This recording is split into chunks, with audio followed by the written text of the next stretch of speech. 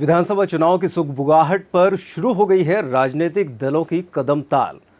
जगह जगह आला नेताओं के दौरे चल रहे हैं और वादों और जुमलों की लगातार लंबी लाइन लगी हुई है। वादे और जुमले उछाले जा रहे हैं जनता को लुभाने के लिए, लेकिन आने वाले समय में ये तय होगा कि आखिरकार किस राजनीतिक दल का क्या भविष्य है। फैक्ट टाइम मध्य प्रदेश समाचार के कार्यक्रम राजपाट के अंतर्गत विधान पत्र में आज हम बात करेंगे सुरक्षित सीट और बुंदेलखंड का प्रवेश द्वार कहे जाने वाली बीना विधानसभा क्षेत्र की। नमस्कार, फैक्ट टाइम मध्य प्रदेश समाचार में आप देख रहे हैं विधान पत्र और मैं हूं शिवेंद्र शुक्ला। सागर जिले की यह विधानसभा है जिसे बुंदेलखंड का प्रवेश द्वार भी कहा जाता है। यानी कि मालवा से जब आप बुंदेलखंड में प्रवेश करते हैं तो बीना नदी के नाम पर बसा ये विधानसभा क्षेत्र आपका स्वागत करता है।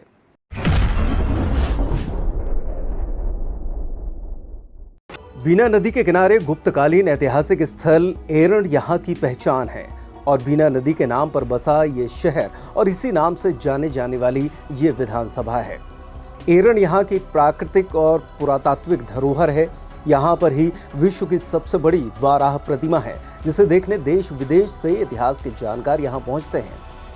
हालांकि यहाँ का पहुँच मार्ग और रखरखाव बदतर हालत में है। यहीं पर भगवान विष्णु और नरसिंह मंदिर भी है। बीना विधानसभा अंतर्गत आने वाला बीना जंक्शन भी मध्य प्रदेश के बुंदेलखंड का सबसे बड़ा रेलवे जंक्शन है और एशिया की सबसे बड़ी रिफाइनरी भी बीना विधानसभा क्षेत्र में ही है। यहाँ का उच्च गुणवत्ता का गेहूं भी विदेशों में तक निर्यात किया जाता है। यानी कि बीना विधानसभा अपने आप में एक संपन्न विधानसभा क्षेत्र है। चलिए विधान पत्र में बात करते हैं अब मतदाताओं की। लगभग 2 लाख मतदाता यहाँ के राजनीतिक दलों का और प्रत्याशियों का भविष्य तय करते हैं। बाकी अगर जातियों की बात छोड़ दी जाए तो यहाँ पर जैन और सिंधी वोटर भी प्रत्याशियों का गणित बिगाड़ने में महत्वपूर्ण भूमिका निभाते हैं।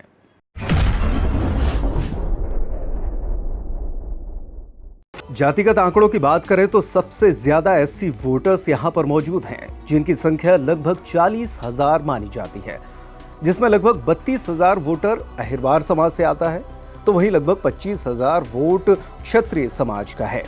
इसके अलावा ब्राह्मण, कुर्मी और यादव समाज भी प्रत्याशी की हार जीत में महत्वपूर्ण भूमिका निभाते हैं। इसीलिए राजनीतिक दल इन्हीं आंकड़ों को ध्यान में रखकर प्रत्याशी तय करते हैं। चलिए विधान पत्र में आइए अब बात कर लेते हैं बीना विधानसभा क्षेत्र के प्रमुख मुद्दों की। वैसे देखा जाए तो पिछले कई वर्षों से बीना को जिला बनाए जाने की मुहिम जोर पकड़ रही है। लगातार मांग की जा रही है, लेकिन राजनीतिक नेताओं की इच्छा शक्ति के अभाव में फिलहाल ये मांग उठती है और उसके बाद फिर बंद हो जाती है। हो सकता है कि इस बार के चुनाव में ये मांग एक बार फिर से पुरजोर तरीके से उठाई जाए और राजनीतिक दलों को और जनप्रतिनिधियों को इसके लिए कुछ ना कुछ काम करना पड़े।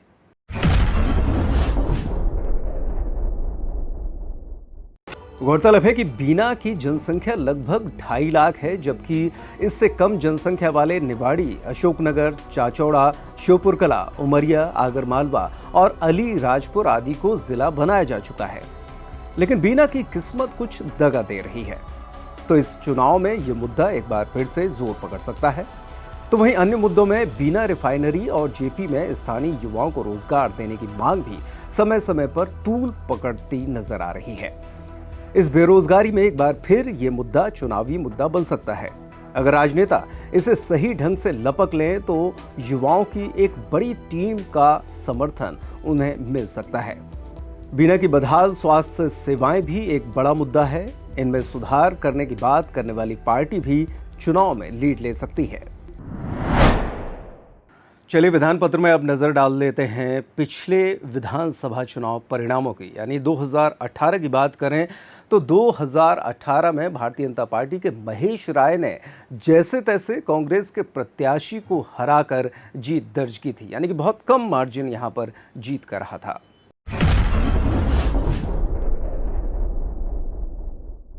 2018 के चुनाव में महेश राय ने इंडियन नेशनल कांग्रेस के शशि कुमार थोरिया को हराया था और ये जीत बहुत बड़ी जीत नहीं कही जा सकती थी। पूर्व में 2013 में चुनाव में भी महेश राय ने जीत दर्ज की थी, लेकिन तब की जीत जोरदार थी और उन्होंने कांग्रेस की निर्मला सप्रे को हराया था। बीना विधानसभा से डॉक्टर श्रीमती विनोद पंथी ने कांग्रेस प्रत्याशी डॉक्टर ओम प्रकाश कैथोरिया को 6000 से भी ज्यादा वोटों से शिकस्त दी थी। यानी सन 2008 से परिसीमन के बाद सुरक्षित हुई इस विधानसभा में भाजपा ने लगातार इसे अपने कब्जे में रखा है। अब आने वाले विधानसभा चुनाव यानी कि 2023 की तस्वीर आने वाले समय में ही तय होगी। विधान पत्र में चलिए बात कर लेते हैं उन लोगों की जो कि अपनी ताजपोशी के लिए काफी आश्वस्त नजर आते हैं। मैदान में लगातार चहलकदमी चल रही है, दीवारें पर दीवारें रंगी जा रही हैं, बड़े नेताओं से नज़दीकियां बढ़ाई जा रही हैं और टिकट पाने की दौड़ लगातार जारी है। देखना ये होगा कि टिकट पाने की दौड़ में आखिरकार कौन जीतता है।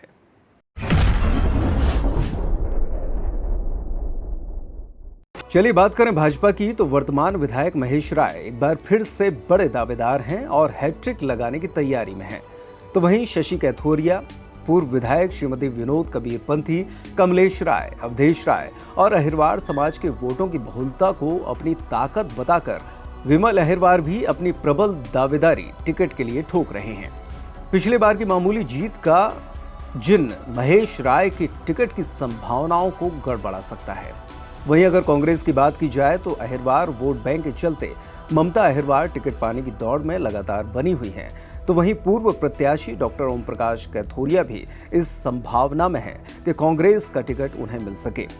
इसके अलावा अशोक परिहार भी कांग्रेस के टिकट पाने के दावेदारों में से एक हैं, जो कि लगातार सक्रियता बनाए हुए हैं। अन्य दलों की यहां पर गुंजाइश देखने को कम ही मिलती है। हालांकि आम आदमी पार्टी किसी को टिकट देकर विधानसभा चुनाव में एंट्री जरूर करवा सकती है। तो विकास की अपार संभावनाओं को समेटे बीना विधानसभा क्षेत्र लगातार आगे बढ़ रहा है, लेकिन विकास की जितनी उम्मीद यहां पर की गई थी, जनप्रतिनिधियों से जितनी भी मांगे और अपेक्षा की गई थी, उन पर हालांकि बीना विधानसभा फिलहाल खरी नहीं उतरती। अब इसके पीछे क्या कारण है? क्या राजनीतिक दलों की इच्छा शक्ति का अभाव है या फिर जनप्रतिनिधि ही इस मामले में बहुत कुछ नहीं कर पा रहे?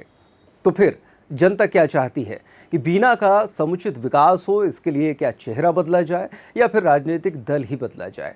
हालांकि कुछ भी बदलाव हो या ना हो, आने वाला भविष्य तय करेगा कि आखिरकार बीना विधानसभा में कितना कुछ अंतर आने वाले 5 सालों में पड़ने वाला है।